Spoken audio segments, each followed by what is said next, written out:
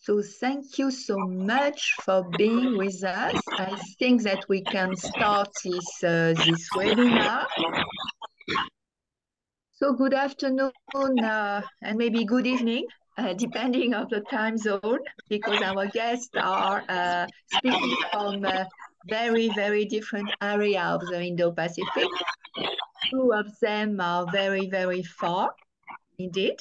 We had Madame La Directrice Park, who is joining us from Seoul in South Korea, and Ambassador Véronique Roger-Lacan is speaking from Nouméa in New Caledonia, where it is evening, if I'm not mistaken. So we are very, very grateful to both of us to try to take part to this webinar. And Dr. Arnaud Leveau, thank you so much also for being with us. Also, it's very, very much less challenging for you because you are in Paris. And of course, a very warm welcome to all of those who are connecting now to attend this new speaking event of the Indo-Pacific Observatory of IRIS, wherever you are. So a few things before we start properly speaking the webinar. I would like to remind you just that for over, nearly 2 years now, we had this Indo-Pacific Observatory here at IRIS, which have been providing a kind of platform for exchange, for discussion on the Indo-Pacific, for us to exchange on this very new concept of relation international, and to understand as far as we can the different strategy of many actors and players who are using this concept of Indo-Pacific. And of course, I would invite you to connect, to log on regularly on the website of the Observatory, because you will find a lot of paper, already a lot of webinar, podcast, monitoring note on the region.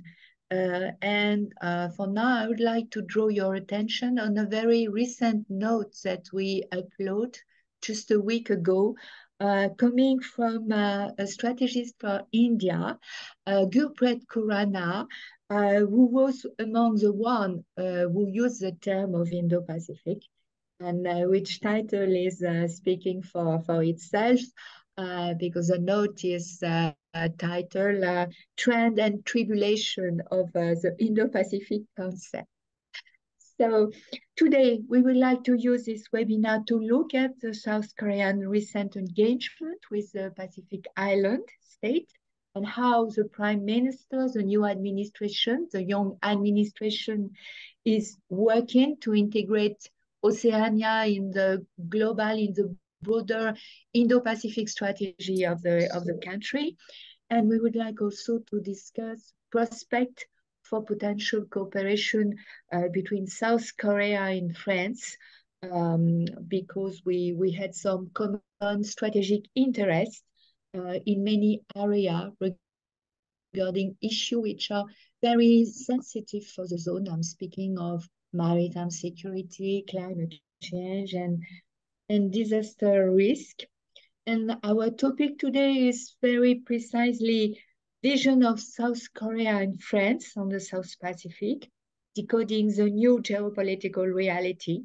And we have with us three very distinguished speakers, and I'm going to introduce them in the speaking order. First, we will have Dr. Arnaud Leveau, who is going to be our sense setter by giving us a kind of general overview of the main, I will say, the main regional dynamic in the South Pacific. Then I would like to invite Director Park of the Ministry of Foreign Affairs of the Republic of Korea to speak about the South Korean vision of the South Pacific. And last, we will hear Ambassador Roger-Lacan, newly posted as Permanent Secretary to the Pacific Community Forum, if I'm not mistaken. And you will speak, Madame Ambassadeur, about France's strategy and objective in Oceania. And last thing, I would like to invite the audience to already maybe use the chat box if they want to ask questions to our panelists. And I will be their messenger, although I have myself a lot of questions pending. So I would like to turn now to Dr. Arnaud Leveau, and Arnaud, to introduce you with a few words for our audience. So Dr. Arnaud Leveau is a very respected and very well-known geopolitical analyst, having over 20 years of practical experience of work in East Asia and in Europe, in business, in industry, governmental affairs, and policy advice for academia and think tank. He had a PhD in political science and is author of very numerous publications on Southeast Asia and, of course, the Korean Peninsula. So Arnaud, the floor is yours. I let you explain us what are the global dynamic in this very vast region of the Indo-Pacific, with, of course, for today, this specific focus on South Pacific. Okay. Thank you very much, Marianne, for this kind word. I'm very happy to be part of this prestigious panel today. My presentation will be probably the easiest one and the most and the less precise one, because I will simply try to give you a broad picture of the regions without, of course, going too much into details, especially concerning the French and Korean approaches, because we will have more details after. I try to share a presentation. I'm not sure if it's working. Can you see? I think it's working. Yeah. Okay. I saw the first, yes, and your first slide on the screen. Okay. Maybe it's not the most beautifully designed slide, but we will try to work with them. I just would like to say that geopolitical imaginations usually offer a mental map in which there is no one way for framing the world. Power contests often change this mental topography, and the concept of Asia-Pacific in one end and Indo-Pacific on the other end are two examples of this current geopolitical competition. The concept of Asia-Pacific first emerged in the 60s and was later institutionalized in the 80s through the Asia-Pacific Economic Forum, known as APEC. However, the term of Asia-Pacific was not inclusive of important regional players such as India, and was not taking into account the growing importance of the Indian Oceans for the world maritime trade. It was Japan who was the first to see the need to accommodate these realities, India and Indian Ocean's importance. And with the support of Australia and the US, it championed the concept of Indo-Pacific. This has led scholars to suggest that maybe Asia-Pacific had been replaced by Indo-Pacific as a preeminent geopolitical construct in the region. Even if the notion of Indo-Pacific is increasingly popular, especially among Western scholars and nations, there is still not a common definition nor a common geographical agreement concerning which area it is covering. As you can see on the map, which is not showing all the approaches, but some of the main approaches of Indo-Pacific, and you can see, like, depending on who is describing the regions, the frame is not exactly the same. However, there are still some common understandings among countries which adopt a specific approach toward these regions. One of the common understanding is that Indian and Pacific Oceans are contiguous and integrated space. The second one is that the Pacific both separate and link the two major powers of the region, meaning the US and China. There is also a commitment to a regional, to a rule-based regional order and the respect of some international norms, such as the freedom of navigation. And there is also kind of a common perception that ASEAN centrality is extremely important, as well as a growing importance of nations of the Pacific, especially through the Pacific Island Forums, which is becoming a more and more relevant political partner for all the stakeholders of the regions. So, but even if Indo-Pacific now is increasingly popular, the concept of Asia-Pacific has not faded away for different reasons. The first one is that some major contestants of the concept of Indo-Pacific, I'm speaking about Russia and China, are decrying this concept, and I will talk a bit later about it. Second, the ASEAN still express some concern to preserve its role as a central actor of the region. And third, and probably one of the most important factors, is that the Indo-Pacific concept is still didn't replicate the economic dimension of the Asia-Pacific vision. So now I will try to go to the second slide. You don't need to read all, but you know, if I don't know if you have I'm not sure if it's working, but there is a link for all the official paper I'm mentioning. I will not go into details of all of them, but I will just try to summarize some of the key ideas. One very important player, of course, is Australia.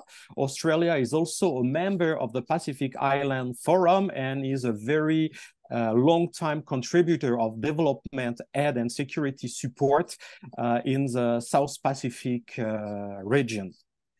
In 2016, Australia announced a new Pacific setup policy for the region aimed at strengthening Pacific nations' climate and disaster resilience and economic growth, and funding improvement to healthcare, education, and social cohesion. This policy was identified as a priority both in the defense and the foreign policy white paper. And we also need to remember that Australia is the largest donor in the region, contributing approximately 900 million euro in 2020. I don't have more recent figure, but compared to the European funding, which is around 100 million, we see like a big difference. For the US, well, there had been quite notable progress in many aspects in the region over the last few years. First, the US are stepping up in-person and high-level engagement in the region with the visit of very senior officials. The US reopened their embassy in Solomon Island, opened a new embassy in Tonga, and show some progress for their embassy in Kiribati and Vanuatu. They also established a new US head office in Fiji and are extending their shipwrighter and Peace Corps programs. They renegotiated and enhanced the compact and free association with the Republic of Palau and Micronesia, and are quite optimistic to conclude soon a new agreement with the Marshall Islands after resolving some concerns over the legacy of US nuclear testing and funding allocation. And more recently, they signed a new defense cooperation agreement with Papua New Guinea. For European countries, usually they consider that their US is their closest ally, but they do not share all its concerns and priorities concerning China and the South Pacific area. Europeans have deep ties with China, both as an export market and a supplier. and European countries led by Germany and France try to have a balanced engagement toward China growing assertiveness with a political engagement in many areas where it's possible, such as climate change and biodiversity. So in a way, we can say that the European, in a wider aspect, present their strategy as a strategy of cooperation, not of confrontation. And also, Europeans have a very inclusive approach towards the region because it's also applying to China. And in many ways, the European approach is quite similar to the ASEAN outlook on the Indo-Pacific release in 2019. And the fact that ASEAN finally used the term Indo-Pacific probably made it easier for the European to do so. For ASEAN, the strategic competition between China and the US has nudged the organization towards the center stage once again. But the position of ASEAN on key issues such as the Code of Conduct on South China Sea, COVID crisis management, refugee crisis, I'm thinking about the Rohingya, or even democratic values, and we see all the difficulties the organization is facing now with Myanmar. So all these aspects are still in many ways very elusive.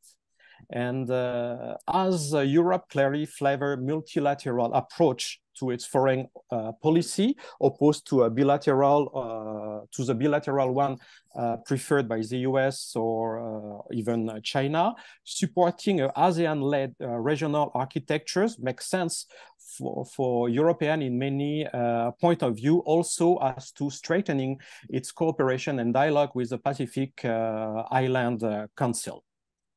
And for Indonesia, which is a key player in this part of the world, the country didn't adopt a specific Indo-Pacific strategy, but the country is trying to promote multipolarity and cooperation, especially in maritime domain. And this is also a point where Korea is very active, and we can imagine maybe a further cooperation between Korea, France, and Indonesia in this region in terms of maritime cooperation.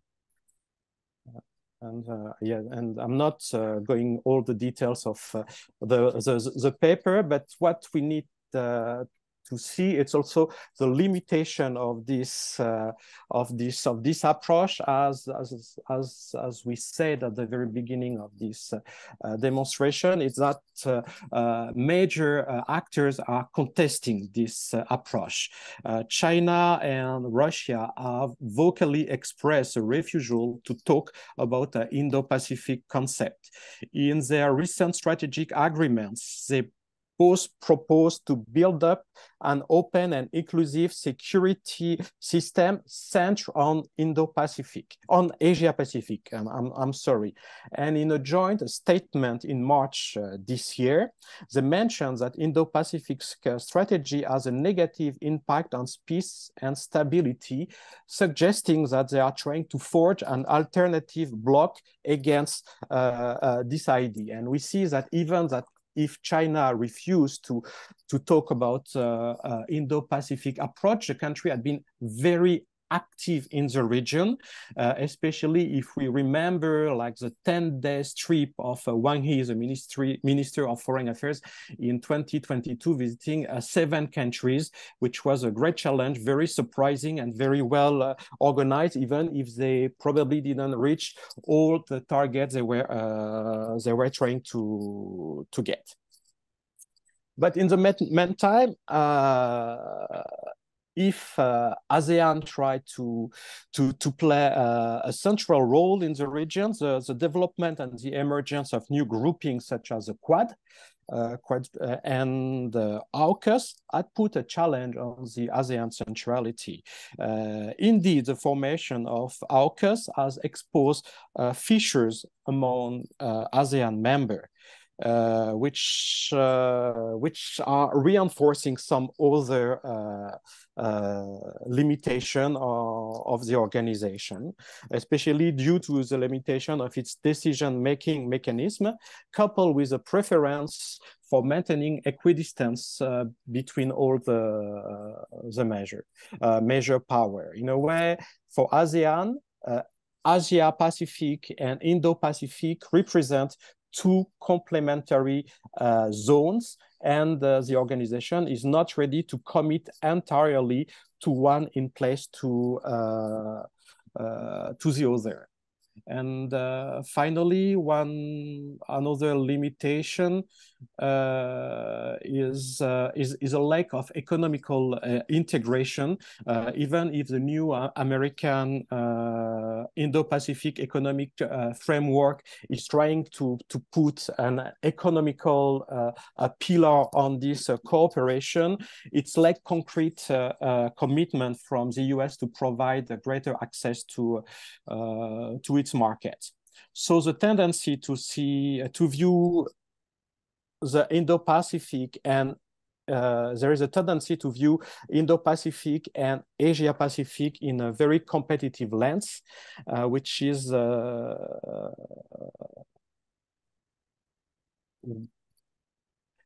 is making difficult for some partners, especially in the regions, in ASEAN or even in the Pacific, South Pacific area. It makes it difficult for them to adopt one concept instead of the other. So we see these two approach being active in a simultaneous way, putting the Pacific nations at the very center of this new geopolitical order. But there is a risk at the end to see that, you know, it will accelerate the constitution of new blocks. Well, and I will stop here because I don't want to go too much into details, but of course, I'm very open to the conversation at the end if you have some specific question on related to the approach of some countries which are not France and South Korea. Thank you so much. Thank you so much, Dr. Leveau, for this very, very vast and comprehensive overview.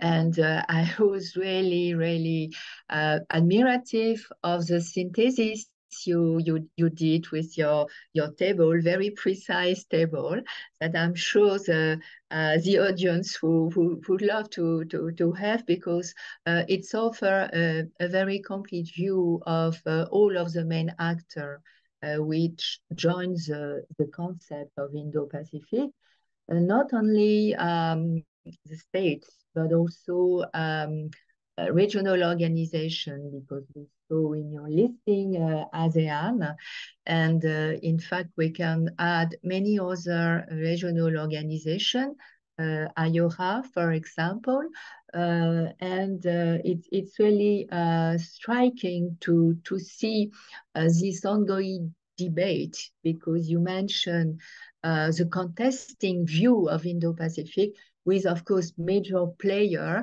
which are considering with quite a distance this concept. You mentioned China, of course, and Russia.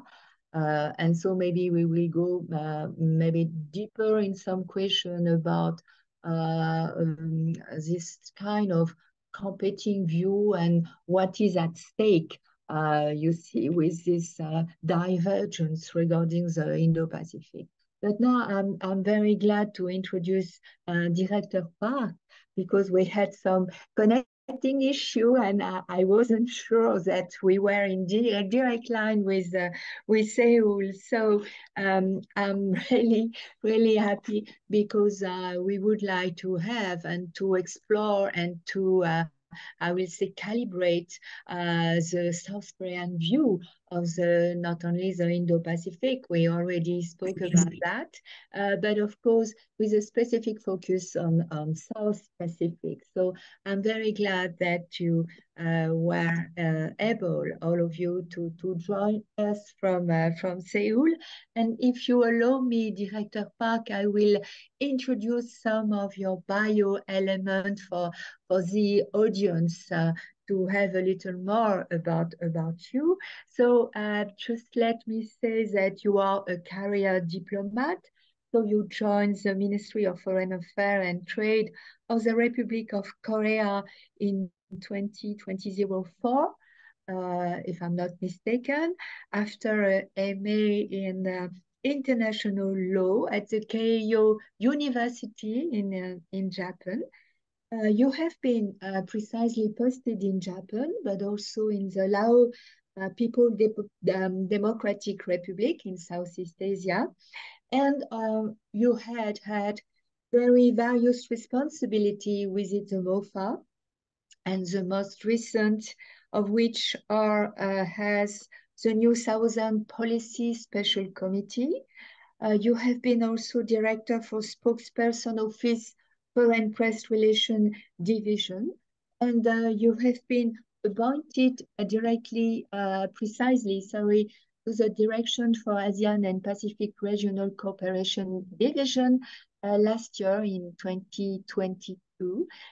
So, Director Park, the floor is yours, and we are very eager to hear you. Yeah.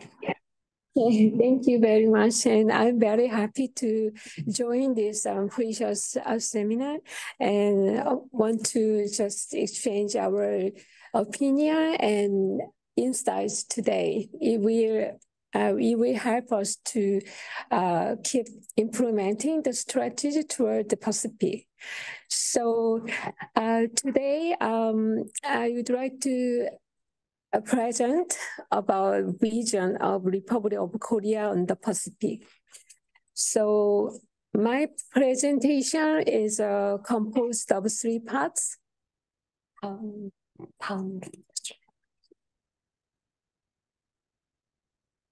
Yes. Yes, we can see your slide on the screen, Director. Okay.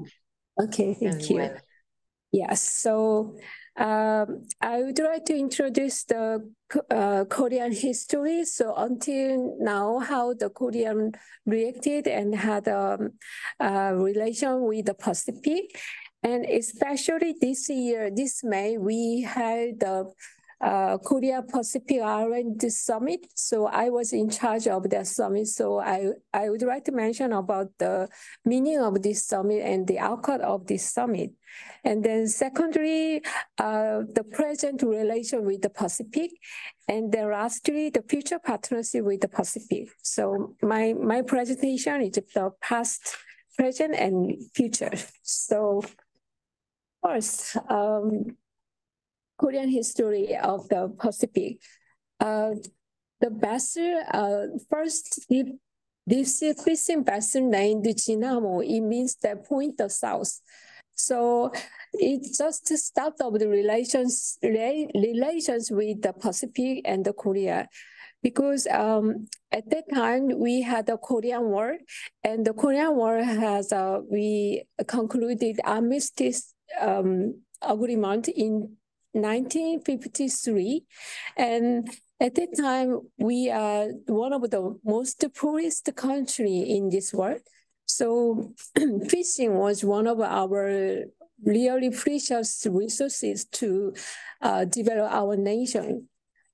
So it's just approximately 5% of export of our amount of the export of Korea at that time.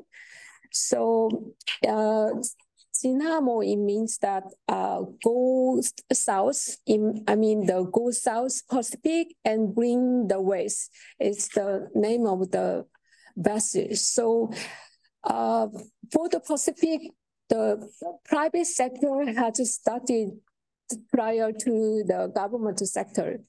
So after that, 1970, we established diplomatic relation with the Kingdom of Tonga. It was the first country we established the diplomatic ties. And then to 1995, we joined the dialogue partner of PIF, Pacific Island Forum. It's a start of multilateral platform of our the diplomatic approach. And then 2011, we established the Korea Pacific Island Foreign Ministers meeting and senior officers meeting. It was another important moment for the development of relations with the Pacific, because we have our own conservative, the platform with the Pacific. And then next. So this year, like this, we had the Korea Pacific Island Summit for the first time. And before that, we just invited 14 Pacific Island countries, but this time, as a respect of the PIF, because PIF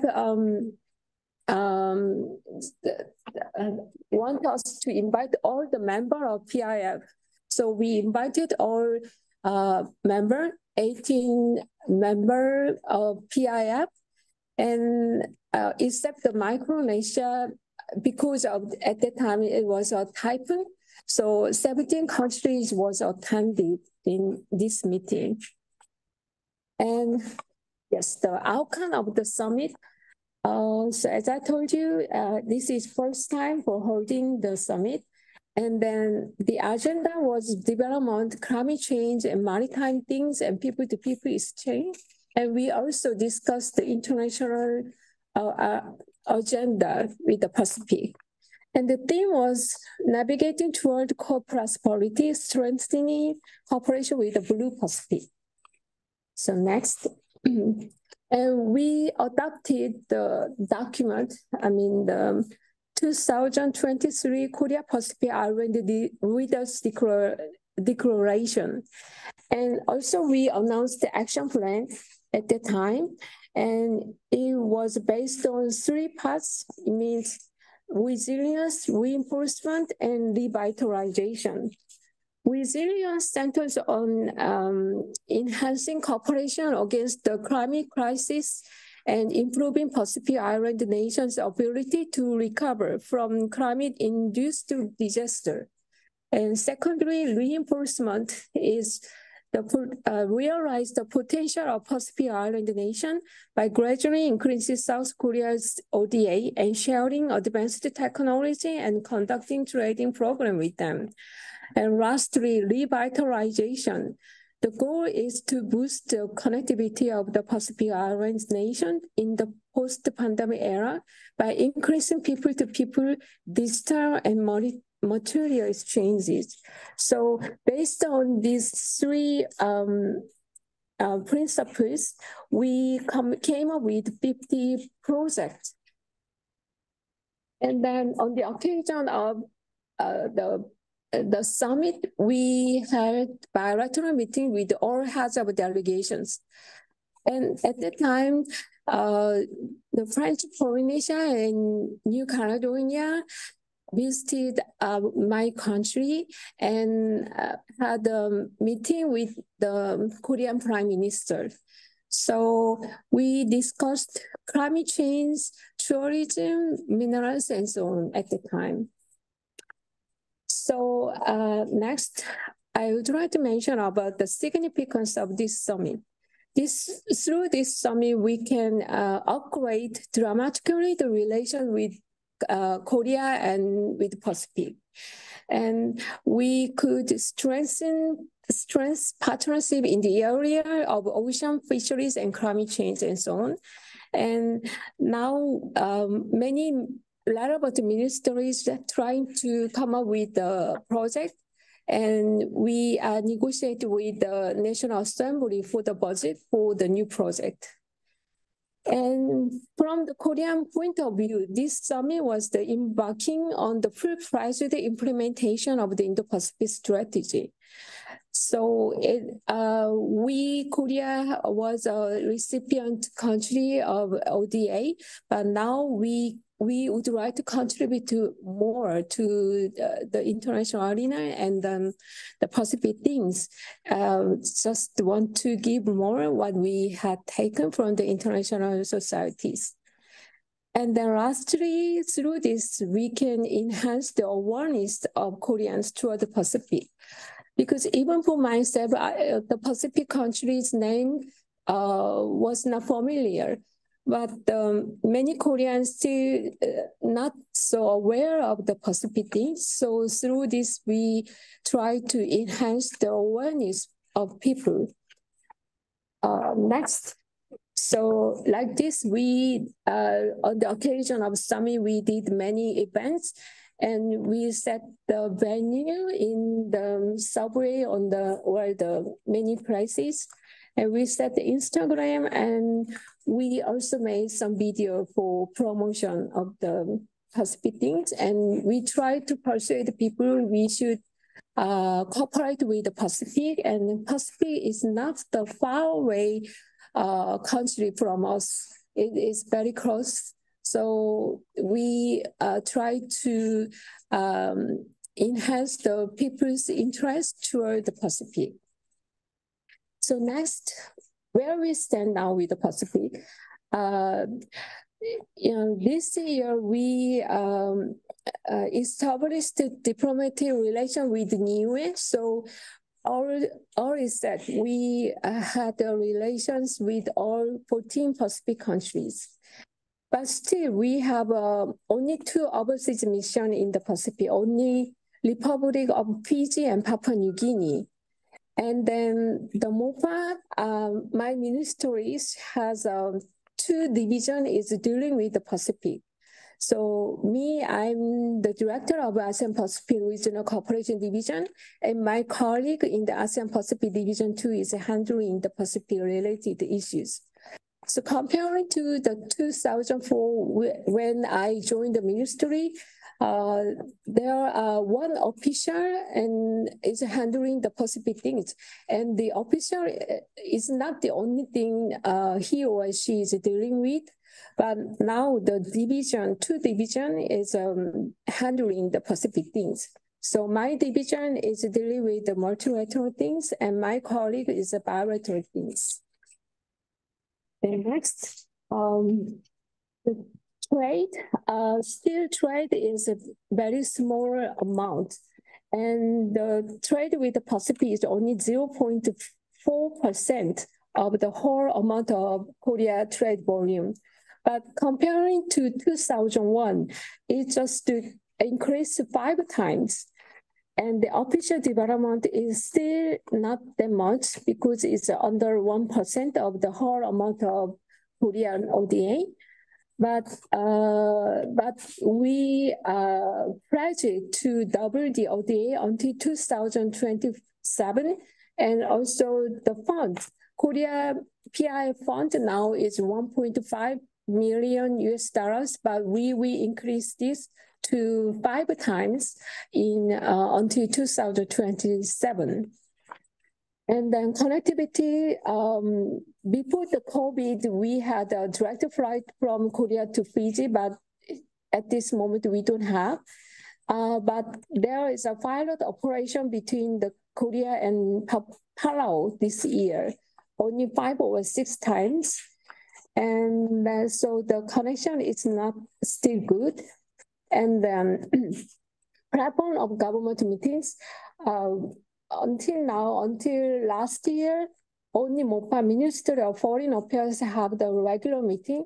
But this year, the Ministry of Science and Ministry of Environment try to hold the meetings with the Pacific. And then lastly, the academic research, until now, the only economy and fisheries we just studied regarding the Pacific. But this year, one of the Korea's the research organization started research on this area in the international heritage perspective.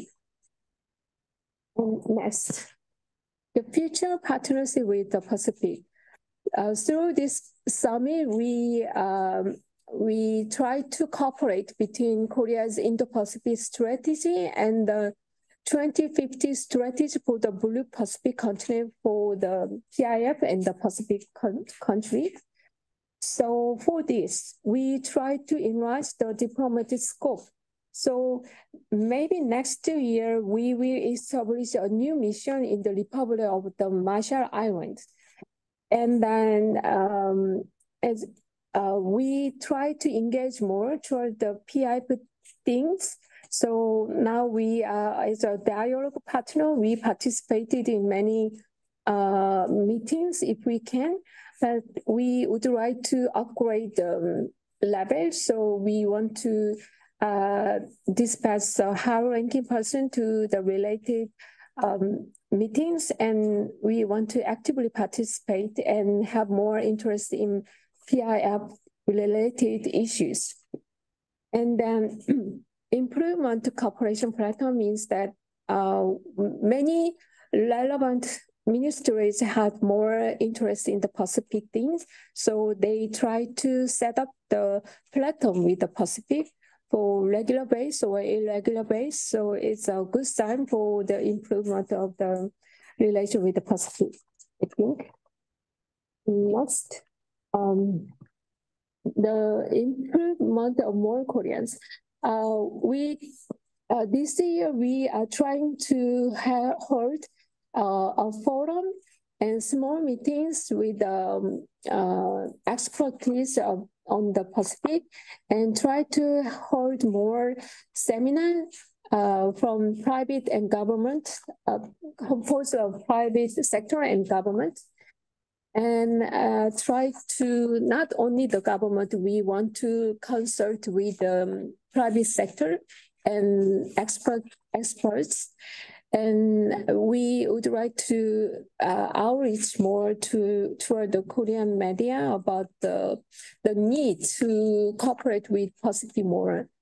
And academic research is now coming up, and we think in the geopolitical and international political perspective, we can research more about the Pacific and Korean relations. And lastly, we will devise more projects supported by the ODA and fund together.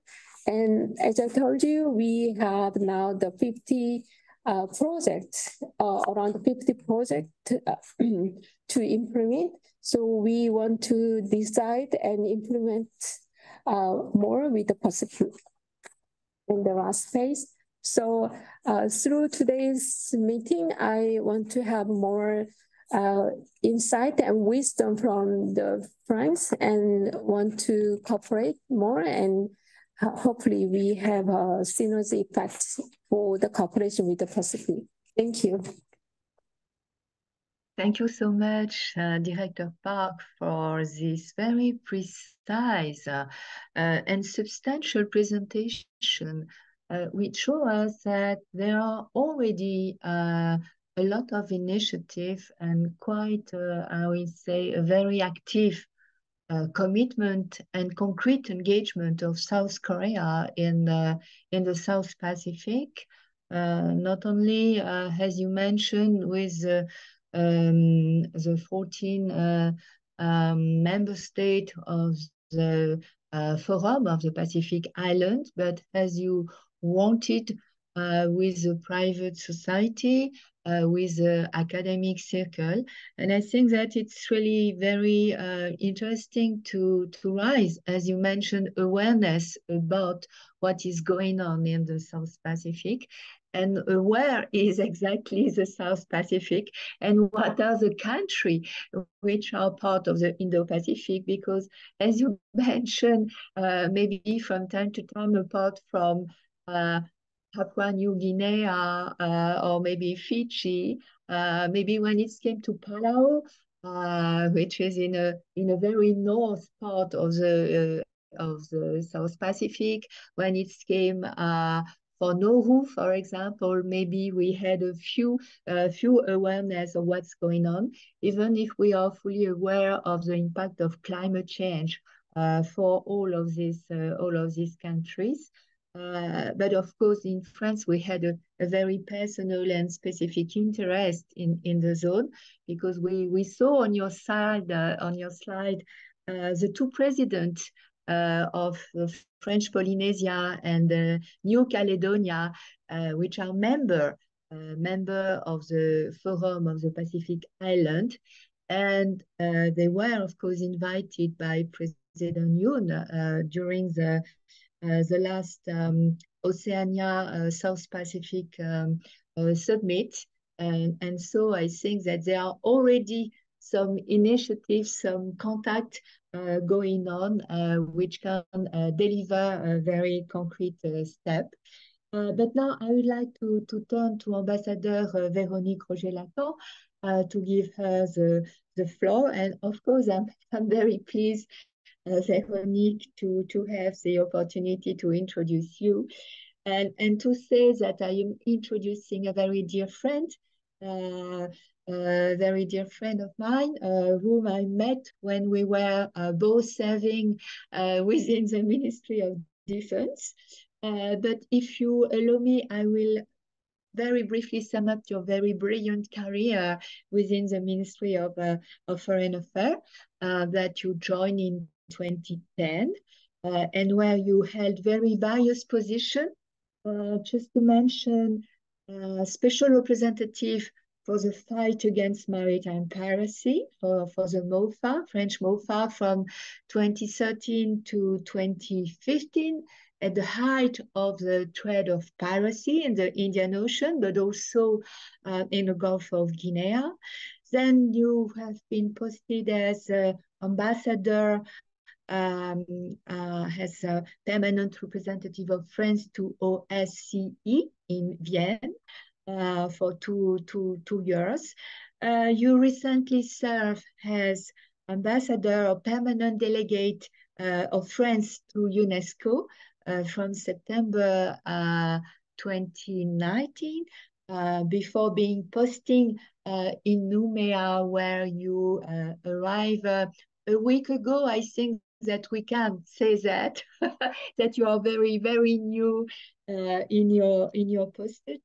And I would like to add a very personal thing here, is that you are considered as a kind of hero in France, because with you and your team at UNESCO, you succeed in having the French baguette tradition as a part of, you see, recognized as a part of the intangible cultural heritage of humanity. And I really wanted to show and to speak about that, because I'm sure that you are going to be as active as you were at UNESCO in Nouméa. So, dear Véronique, the floor is yours now. Thank you, Marianne, Ambassador Park, Mr. Leveau, and everyone who is listening to us. Thank you for being with us tonight. It's a great pleasure to be with Marianne. Sorry for this personal note, but indeed we've known each other for a long time. We've traveled the world together in various areas and in our various respective positions. And it's a very great pleasure to meet again on the Pacific issue. It was very interesting to hear Mr. Leveau and Ambassador Park speaking about the strategy for the Indo-Pacific. And I must say that we, France, have a particular angle because we have those three territories, which are French territories in the Pacific. And this may seem very odd for a number of United Nations member states and for a number of local insular states. But at the same time, I believe that it is an involvement that has anyway some strong weight. First, in terms of population and demography. We have a population local with those territories, which is, sorry, I must have a look at my notes because, which is 1.6 million people from those territories, the three ones, the French Polynesia, New Caledonia, and Wallis and Futuna.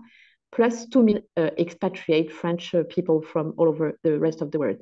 So it makes quite a big population for us to take care of. Second, we have, because those territories give us a huge maritime domain, the second biggest one after the US maritime domain, and we need to ensure security and defense over this territory and protect our sovereignty there. So we have 7,000 men overall in Pacific, 3,000 in the Pacific and 4,000 in the Indian Ocean. And we have our expenditures in the region are not only our global development aid expenditure, which has just increased after the official visit of President Macron in the region. It has raised hugely. But at the same time, we must take into account the expenditures that we have for this territory as a French territory. As a French territory, we spend like 4 billion euros per year in each territory. So it's quite an involvement. So when we compare the 900 million that Professor Leveau was mentioning that Australia spends in the Pacific area, I believe that we have to take into account the international expenditure, of course, but it accounts for an expenditure of France in the Pacific, because our aim in the Pacific is really to contribute to the regional integration of our 3 territories in their local environment, local and regional environment. And of course, I'm sure there will be some questions about that, and I know that there are lots of discussions and controversy, I would say, that are raised by a number of states that are not very amicable in these days. You know how the world is running and is going. The world is not a very friendly one these days, and whatever can be used to deter the influence of any other is used in a way. So, for example, we have a member state of the United Nations who is chair of the non-aligned movement, who has created, like in the United Nations, a decolonization committee within the non-aligned movement, and which tries to portray France as a colonizer. So this is to be discussed and decided by the people themselves. And we are there anyway to sustain the livelihood and the sustainability of our people in the region, of those 3 territories in the region, and contribute to their integration in the region. And we are there also because we want to contribute to the continuous use rules-based order. That's our main foreign policy aim everywhere, and also in the Pacific, rules-based order. We want to maintain the use of law in the relationship between member states overall, everywhere, in the Pacific included, and among all the member states. That means law of the sea, and we want to maintain, because law of the sea is based on the freedom of circulation on the seas, and this is something we will contribute to with the means that we have at our disposal. And this is what we want to contribute to with our colleagues and interlocutors in the Pacific. And this is the reason why we are very involved more and more. Many analysts or journalists or diplomats ask us why all of a sudden President Macron has come back to the Pacific. They believe that this is a sudden move, that it was not consistent with our French former policy, but in fact it is, because those territories have been there for a long time, have been sustained in a very strong fashion by the French state. And those territories are very dear to us in terms of history and in terms of ability to know the world and to contribute to the world. And also, we have been asked by those countries in the various international fora where we act. Like I was in UNESCO for 4 years, and I heard the plea of the small islands and developing countries, very important, constituting themselves in a particular group. Like we have the Africa group, which is very powerful in the United Nations. We have also Asia, Latin America, GRULAC, and so on. But now the seeds are becoming themselves a very strong constituency. And it's a constituency which is claiming many rights. First, the issue of one state, one voice is very important. And for us, France, it is very important to make that one defended and well-known and well-understood, and help those member states who have, like Niue, for example, 1,600 inhabitants, make them listen to as much as China can be listened to in an international forum. Because in the UN system, one member state is one vote. And there is no way that one member state which weighs that much population or that many dollars can have a more important vote than another one. And this is what we are trying to promote and to foster, is the equality of rights, individual freedoms that apply as much to individuals as to member states. Freedom of circulation on the seas, freedom of thought, freedom of existence. And we know that for the Pacific Islands, there is a critical issue, which is that of climate change. And there have been a call by those member states who are asking for some type of cooperation, not necessarily assistance. And they don't want to be in a relationship of a recipient and donor country. They want to be in a real cooperation relationship. And this is what we are trying to do. And this is what we are trying to achieve through our territories, but also with our own involvement. I talked about the number of troops that we have, the number of assistance that we organize and that we spend, the very importance of the free circulation on the sea, and the cooperation with our partners, Korea, Japan, New Zealand, Australia, everyone, to make sure that those states have what they can need and what they can use to be full-fledged member states in the United Nations system, because the United Nations system is a system that needs to be preserved, because once it disappears, the chaos that we are experiencing now will be for good, and we don't know where we are going. So we need to preserve that United Nations system, because it's a system of a rules-based order. This is what we are doing in the Pacific together with those member states. Thank you.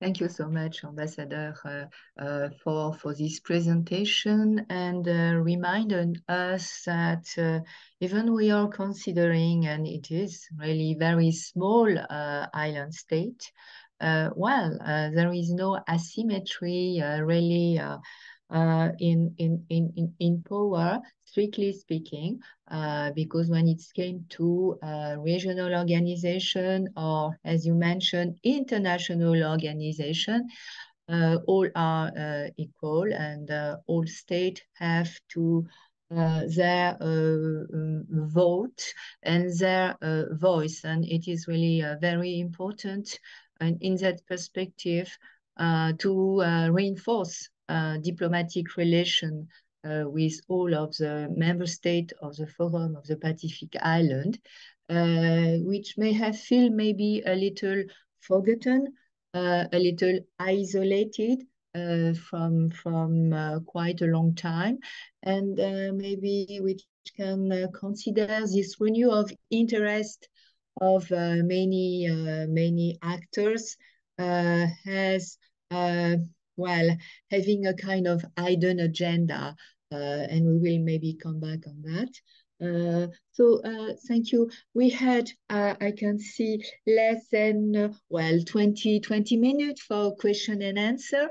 And I have already a few questions regarding precisely something which has to deal with a kind of coordination of all of this ongoing initiative.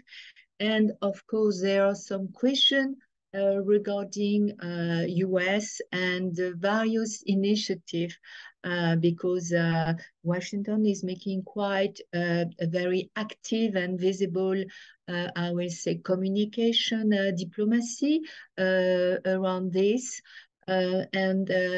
As we have observed an interest in establishing summit between some countries and the member state of the Forum of the Pacific Island.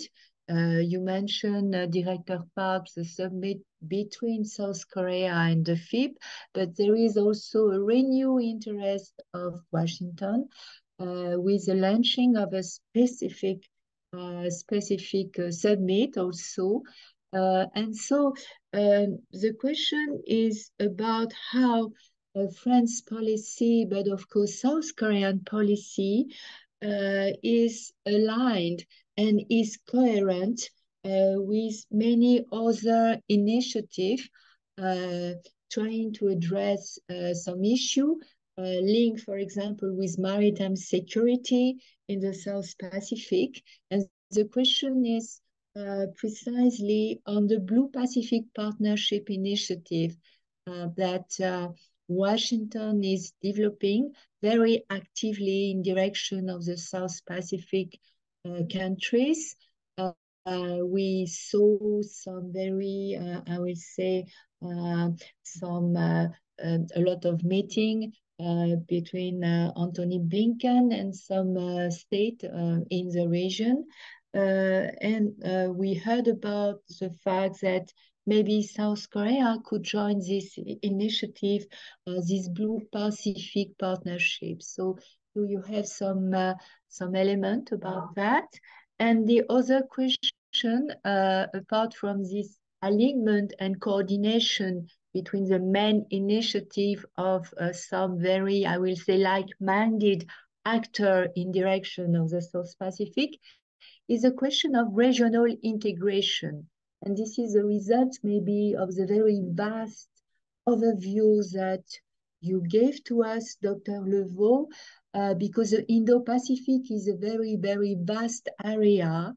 And there are some questions about the capacity of the, I will say, South Pacific island state, this 14 island state, you see, to be connected with the whole region, and how to be connected with ASEAN, how to be connected with IORA and to the very much active regional actors, including European Union, for example. Is it a threat for example, to the coherence and the unity of the Forum of the Pacific Island, because they are very eager to speak as a whole community, and maybe they can perceive all of this interest and this concept of Indo-Pacific as a thread regarding their capacity to stay together and to form a community. These are two maybe very vast questions, but I would like to hear your answer. So if we can maybe go through the order that we follow till now, Dr. Leveau, Director Park, and Ambassador Roger-Lacan. We are listening to you. Arnaud, what are your thoughts about this very, very vast and complex question? Oh, we can't hear you, Arnaud. Put your micro on, please. Okay, is it working now? Better. Okay, okay. Better. Thank you. Unfortunately, I'm not sure to have a good answer to this question, because yes, this is a threat for the unity and coherence of the organization, but this is also an opportunity, because now more and more stakeholders are considering these nations and the Pacific Island Council as a key for the regional stability. So they are enhancing their dialogue, partnerships, and cooperation, both on the bilateral way and on the multilateral way with the forum. And I have the feeling that now being, at the center of this world attention, it can provide to these nations an opportunity to be more vocal, to explain more clearly their interest and need, especially in the question of climate change, natural disaster, crisis management, biodiversity, and probably there is an opportunity for them in this sector. In terms of security, yes, they are in a way in the same position as ASEAN, trying to be central in their own region and trying to avoid to choose a camp between, to make it simple, US and China, and to navigate between these two major powers. And it is probably very relevant, both for the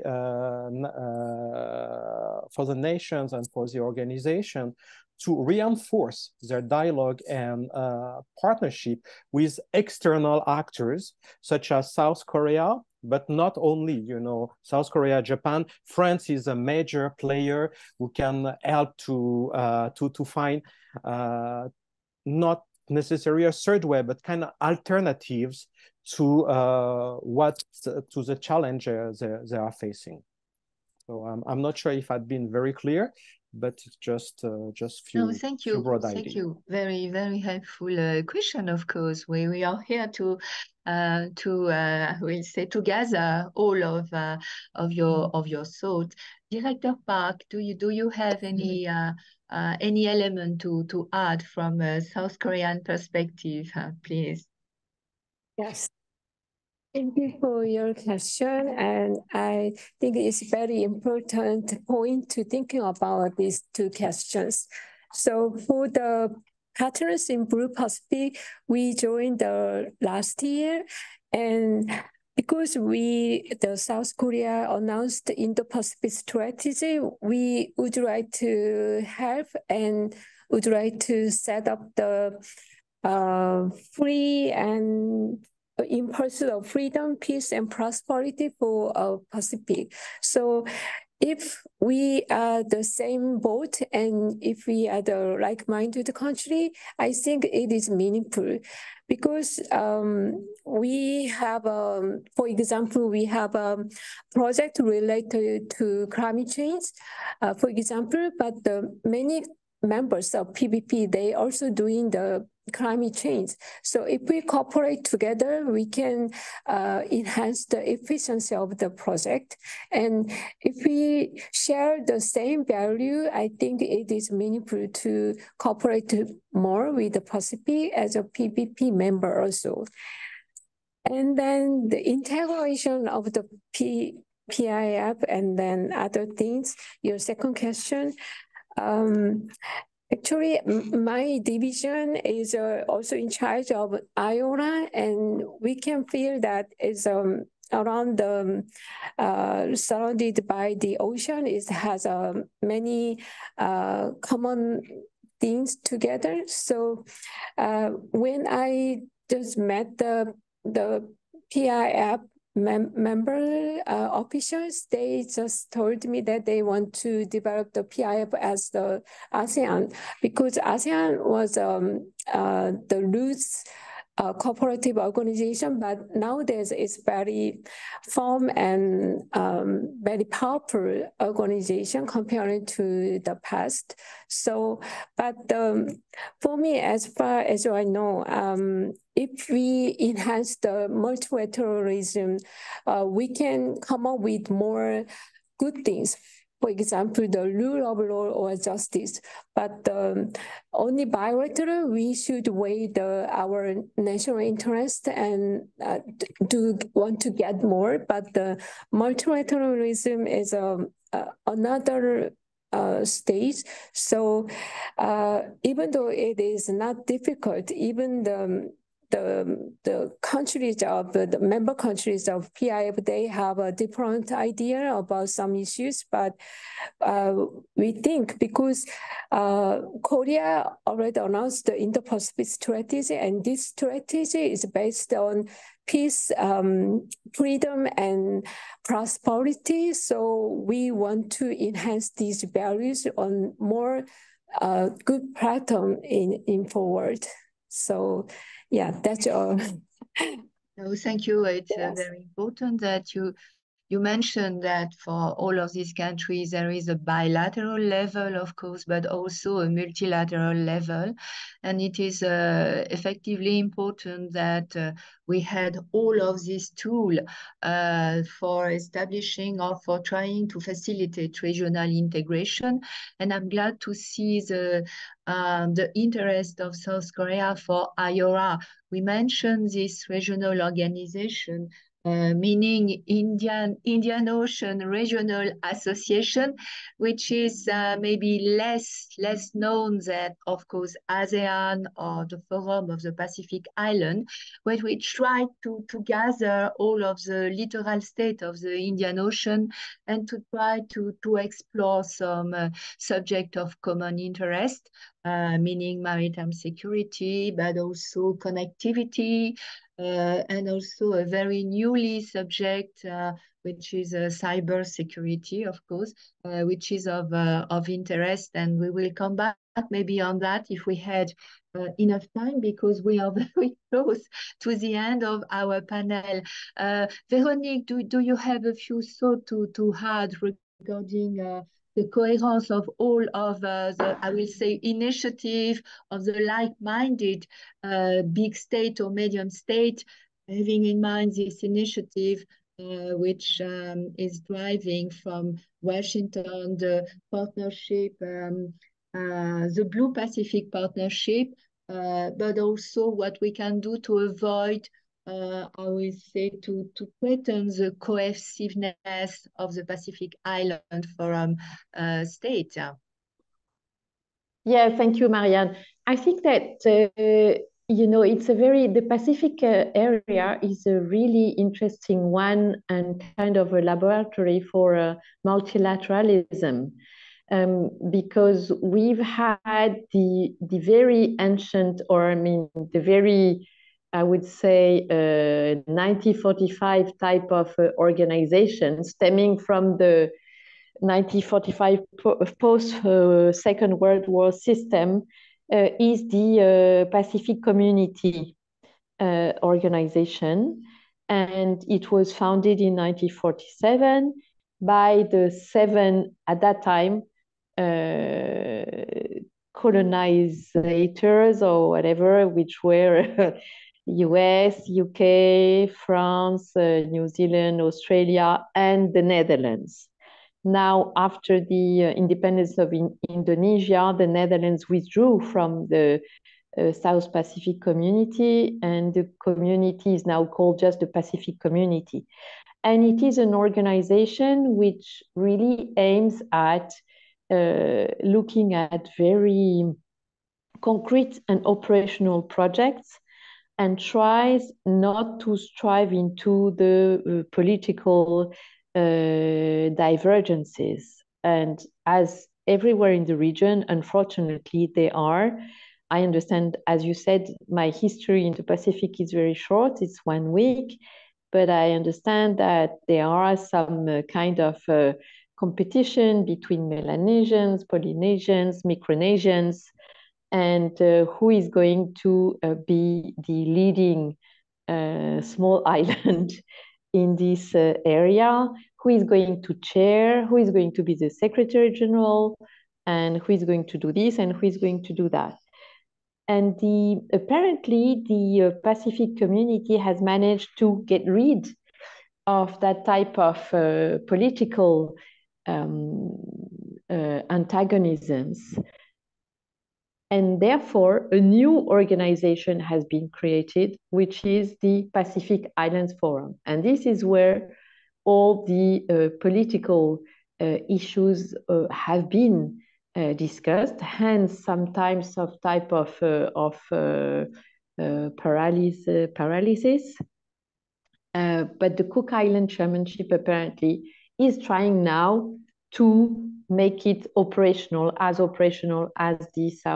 Pacific Community. And above that, we have now, as you mentioned, the Partnership for a Blue Pacific.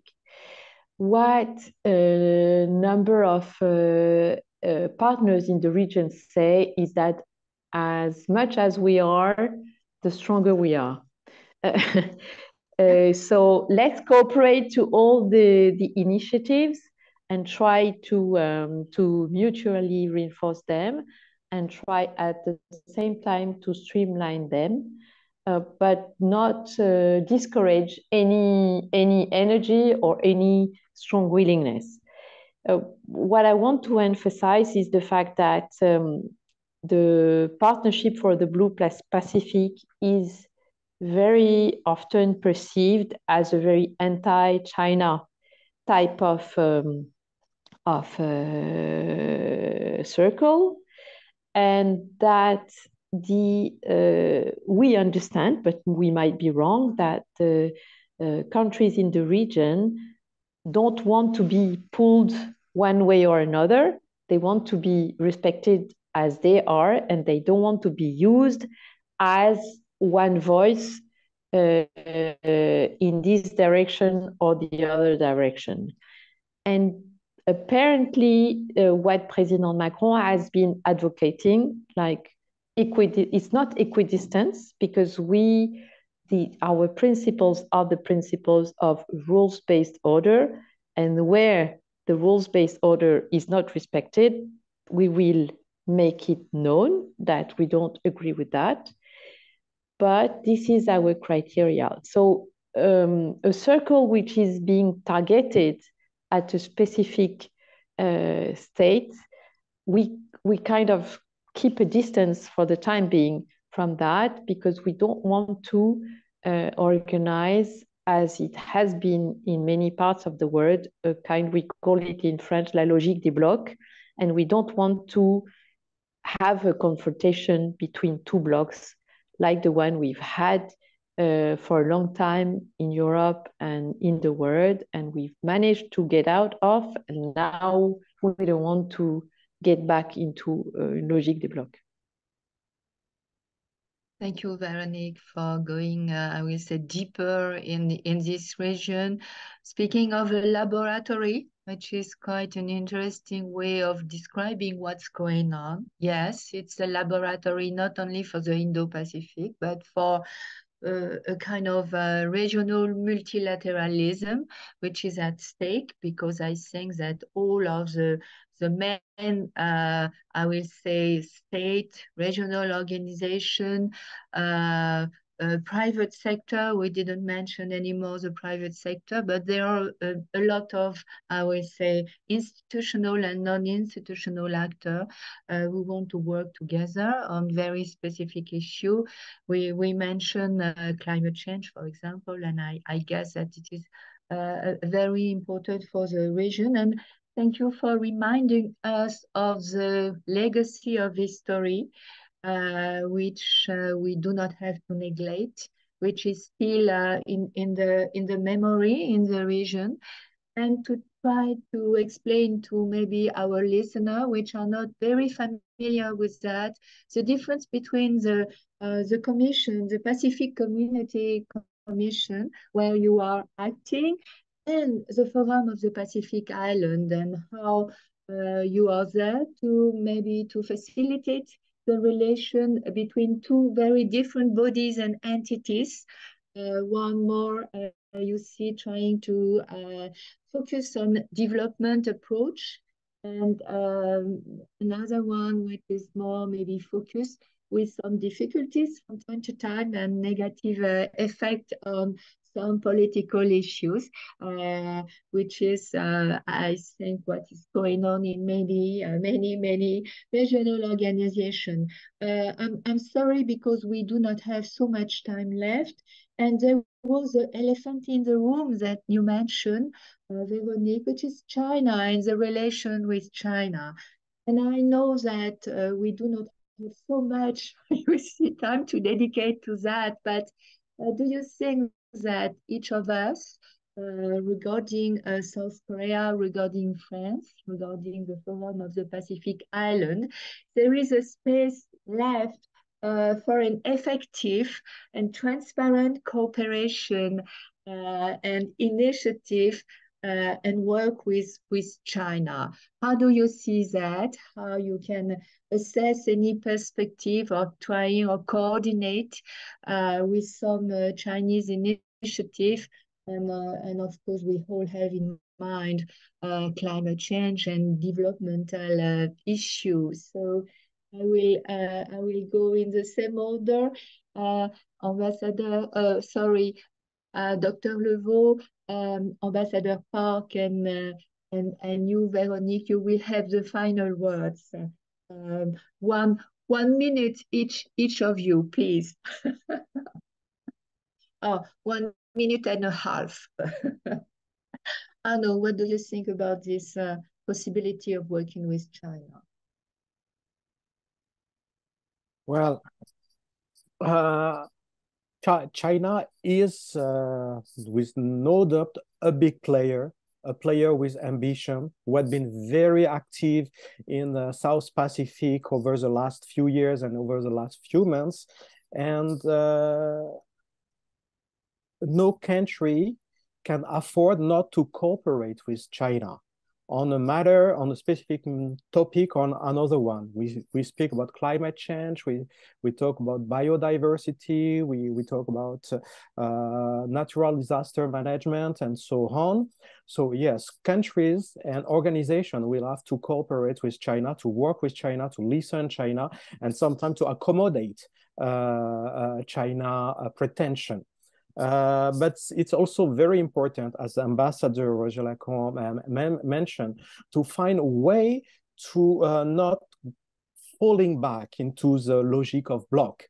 And it's very important for all the stakeholders in the regions to be active and to propose some alternatives where they can, to help smaller islands and even bigger countries like Australia and New Zealand to navigate and to find their way without falling into this logic of bloc.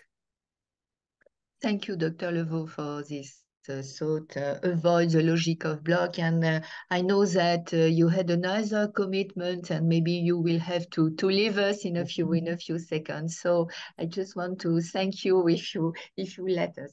Thank you. Director Park, do you have some some thought to give to us regarding this possibility of coordinated with Chinese initiative from a South Korean perspective? Yeah, because one of the most important principles of our Indo-Pacific is inclusiveness. So we always open to cooperate with any country if we just, to make the more peaceful and stability and then prosperity on the any regions. So, but still, we think that when we implement some project or cooperate together, transparency and the mutual trust is also important. So, if any country respect to these precious values, we are always ready to cooperate together. Yes, that's all. Thank you so much. Véronique, a last thing for you about this perspective of cooperation with China. Also, I know this is really awful just to raise this point at the end of our webinar. I know I'm fully ashamed. I'm a shameful moderator indeed. No, but I think that Professor Park mentioned it absolutely rightly. What we want in the Pacific, but also everywhere in the world, is a rules-based order, is the 1945 order to be respected, because we have no other. We will always remember when President Putin said in 2014, either we change the rules or we will have no rules. And we see now that he has no rules anymore, and that the world is following him. So what is interesting is that China is using the rules. China has been in the Security Council, knows very well what the rules are. They are trying to, we see them in the multilateral world, the way they change, they twist a little bit the concepts and so on. And Professor Park is right in saying that as long as China, as long as we have a dialogue and we have mutual interests in implementing the UN Charter, and for example, we talk about the Pacific, so we talk about the law of the sea. If we interpret the law of the sea in a manner that will respect the rights, individual rights of the states in the region, individual rights of the individuals in the region, then we can do business together. If not, if we find out that some rights of some states or of some individuals are not respected, then we will have to say something. But now, for the time being, it's a transactional relationship that we have. We give you this, you give us that, and maybe we will manage to play together for the benefit of the Pacific. I'm talking about the Pacific, you were talking about the Indo-Pacific, but for the benefit of the Pacific. And this is what we are trying to do for the time being. Maybe it will, one day will come when we find out that it's not possible, but this is what we are trying to do now. No, I'm glad that we can finish with a positive note for this seminar, focusing on the South Pacific and the space for cooperation between South Korea and France. And I'm happy to see that we had some space of cooperation, and we had in mind some very, I will say, positive view with multilateralism and inclusiveness, and playing by the rule when it came to the Convention of Montego Bay or any, I will say, international law, is something that we need to remind regularly because it's playing by the rule for the good, I will say, goodwill, good functioning of the international community. And that being said, I would like to thank you all of you, for your attendance and for the explanation and I will say very comprehensive view and exchange. And thanks the audience also for their patience. I'm a little in late. You will be able to find the podcast in 2 weeks if you want to take time to re-listen to our exchange. And now I leave you to your responsibility in Seoul, Director Park, and in Nouméa, Ambassador Roger-Lacan. Thank you again for being with us, and thank you, Dr. Leveau, who had to leave because I'm afraid I'm putting him in a very, very bad situation with my car. Thank you again, and bye-bye.